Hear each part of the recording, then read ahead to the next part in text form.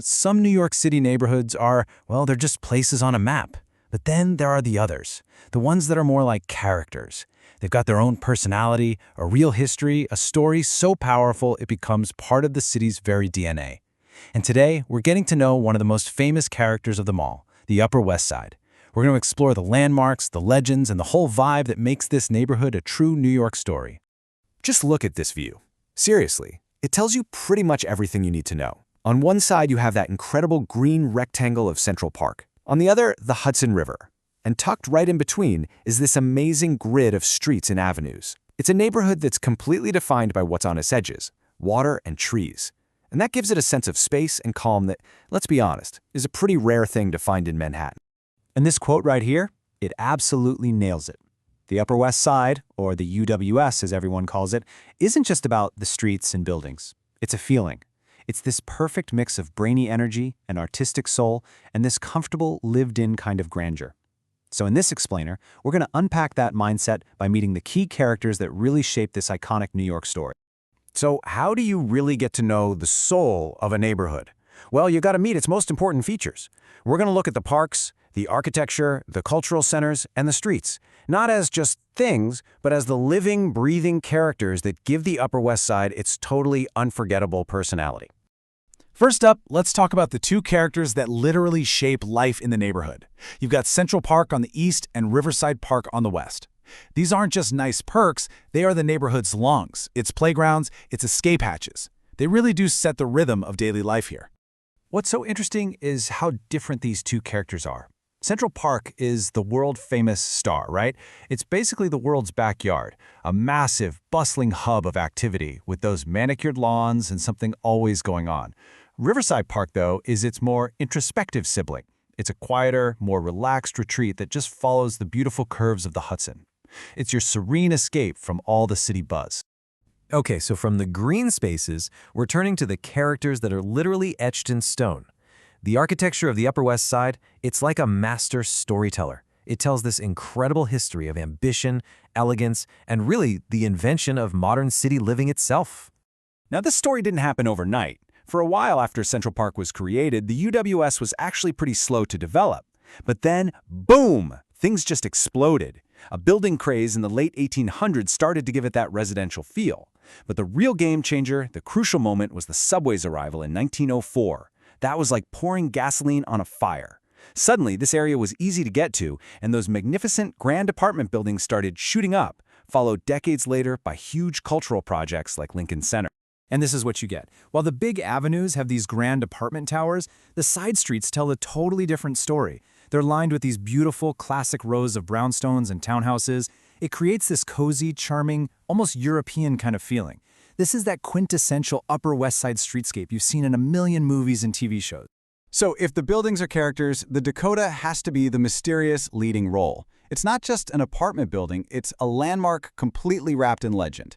I mean, it's New York's oldest luxury apartment building. It's been home to a who's who of celebrities, but of course it's most famous for its connection to John Lennon, whose life was tragically cut short right at its entrance, cementing its place in cultural history forever.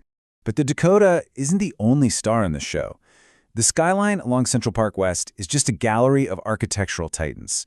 Buildings like the twin-towered San Remo and El Dorado, or the massive Beresford, they were designed to be palaces for the people. They aren't just places to live. They are these bold, artistic statements that give the neighborhood its one-of-a-kind grandeur. Okay, so beyond the beautiful homes, the Upper West Side is without a doubt one of Manhattan's great cultural and intellectual hubs. This is the neighborhood's brain and its soul, drawing millions of people every year to some of the most famous institutions on the planet. And the undisputed heart of all that cultural life is Lincoln Center. This isn't just one building, it's a whole campus dedicated to the performing arts. It's home to the Met Opera, the New York Philharmonic, the New York City Ballet, and Juilliard. It's this monumental anchor that basically shouts the neighborhood's artistic importance to the entire world. But believe me, the show does not stop at Lincoln Center.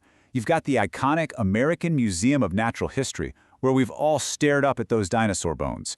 The New York Historical Society, which holds the city's memories. The legendary Beacon Theater, hosting rock gods and comedy giants. The sheer density of world-class culture packed into these blocks is just, well, it's staggering. So, We've seen the parks, the buildings, the museums. But what about life on the street? You know, the day-to-day. To understand that, you have to get to know the avenues. They're the social and commercial arteries of the Upper West Side. See, each of the main avenues has its own personality. Broadway is the big one, the great diagonal spine. It's always bustling, a major road that cuts right across the grid.